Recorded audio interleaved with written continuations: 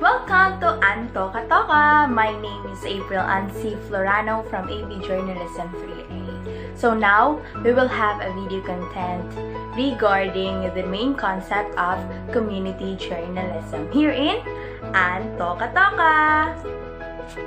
Before we proceeded to the question and answer portion of the main concept of community journalism, let me first describe what community and community journalism is.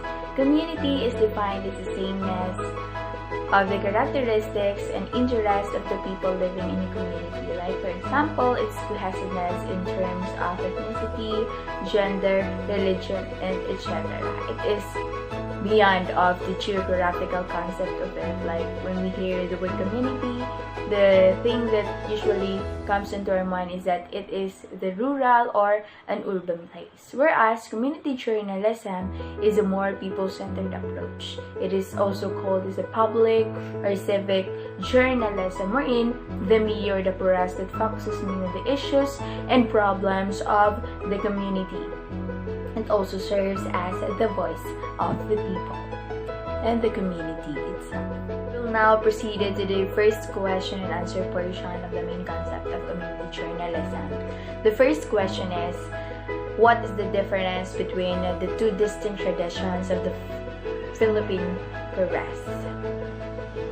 When we say the two distinct traditions of the Philippine press, it is the tradition of acquiescence and the revolutionary tradition, its advantages and disadvantages.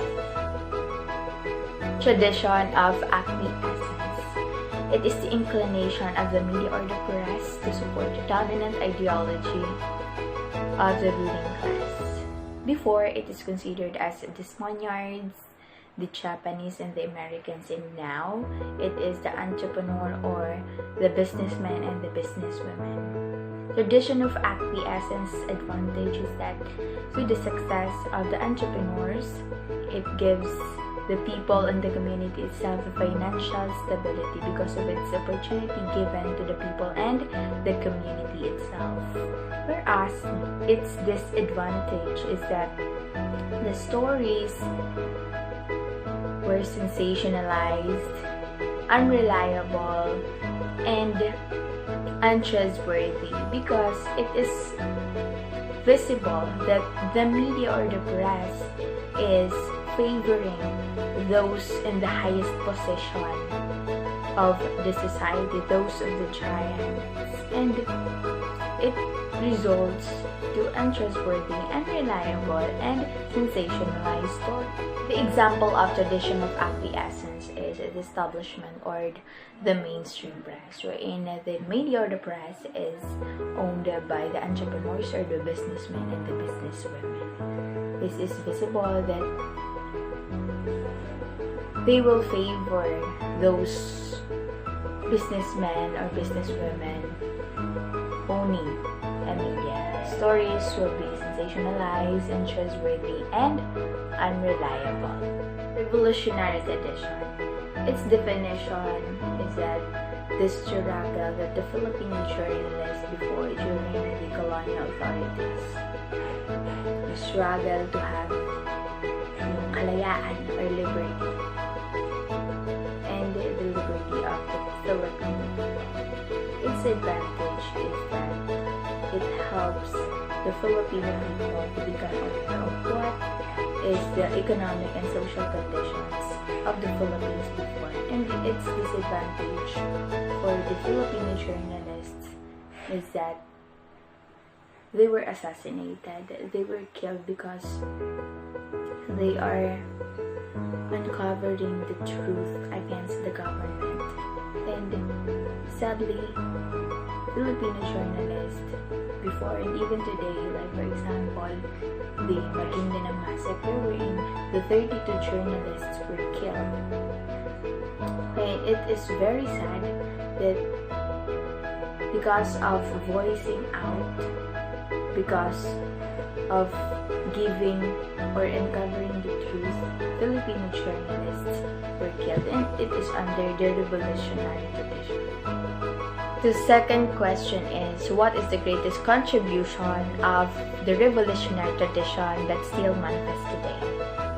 It helps the journalists, the Filipino journalists, to become more focused on people, their issues, their stories, because journalism is the voice of the people in the Philippines, and so it must give the information that is unbiased, that is not favoring those the giants of the society, such as politicians and the entrepreneurs. It also gives people the idea that their rights to public information was written in the law, and that their rights to receive unbiased information must be given to them by the journalists, and that Filipino journalist was taught by the revolutionary tradition to fight for the right of expression, the right to express the feelings or emotions inclined with what is happening in our environment, and that they were taught to become more courageous, more empowered Filipino journalists, and that they must fight fearlessly because they are protecting the information to be given to the people, and they are empowering their duties and responsibilities, and also for the people to receive the information which will help them to become aware of the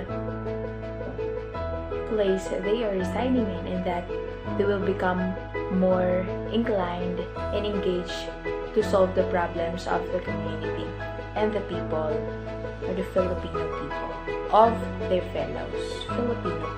How do you collect information from the community? So this is the third question. First, I will connect to the people in the community so that I can have the idea on what stories I can write for them and for the community itself, getting the idea of the issues or of the problems, and how can I solve that problem, giving them a solution. And then the second one is to have a public listening, to expand the sources that I can have for me to have a lot or various of ideas what I can write on.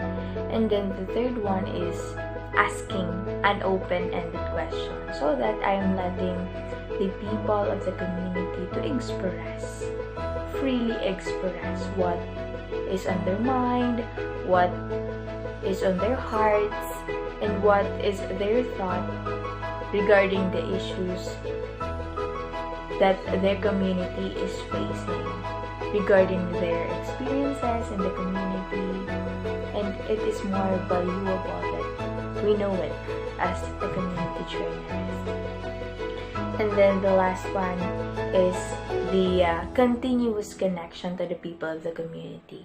Hindi dahil tapos na tayong mag-cover ng stories about the problems ng isang komunidad ay kakat na natin yung ties natin sa kanila, which is mali yun. As a community journalist, we must continually have an ear that is open to listen to them, their issues and their problems, and their experiences in life, and so that we as community journalists will give them a helping hand or an outstretched arm for them to solve the problem they are facing in. Why is common sense considered as an important quality of community journalists? When we say common sense, dyan nagsisimula yung natin. Common sense kasi you have yung care mo for yourself, and you have care for other people. And you can apply to yourselves and also towards other people. Common sense is having a quality na soft skills. Yung mga visible na nakikita ng tao sa'yo. And it's very crucial and it is very important for a community journalist na makitaan ng isang kalidad na mag-earn ng public trust from the people. Kasi kapag may common sense ka, syempre, you will gather, or you will receive a trust that comes from the people. Kasi kahit nga sa simpleng bagay na asahan ka, what more sa malalaking bagay. So, it is very important sa community journalist na pagkakatiwalaan ka, lalo na ng publiko, kasi sa'yo umaasa yung tao. So, why not give them the best quality, and it is the common sense. Community press empower the people. Ako kasi I considered community press as the grassroots media. So, it shouts the hearts and the thoughts, or the perception, or the issues of the people living in the community. Community press, alam niya yung culture, yung practices, and even the life experiences of the people living in the community. So, kinoconsider ng people, or ng community itself, na kasangga niya, or boses niya, yung community press. So, ang community press ay responsible to give yung unbiased, yung trustworthy, yung reliable na information to the people. So that yung trust ay maibibigay sa isang community press. And then, it also serves as the voice. Kaya kung ano man yung ang problema ng isang komunidad, nabibigyan niyo ng solution through the help of the community press. Because it also helped the people to live in harmony, to become more engaged sa kung ano yung nangyayari sa isang komunidad. Okay? So, yung community press is the grassroots media. It is the voice and the echo of the people. So,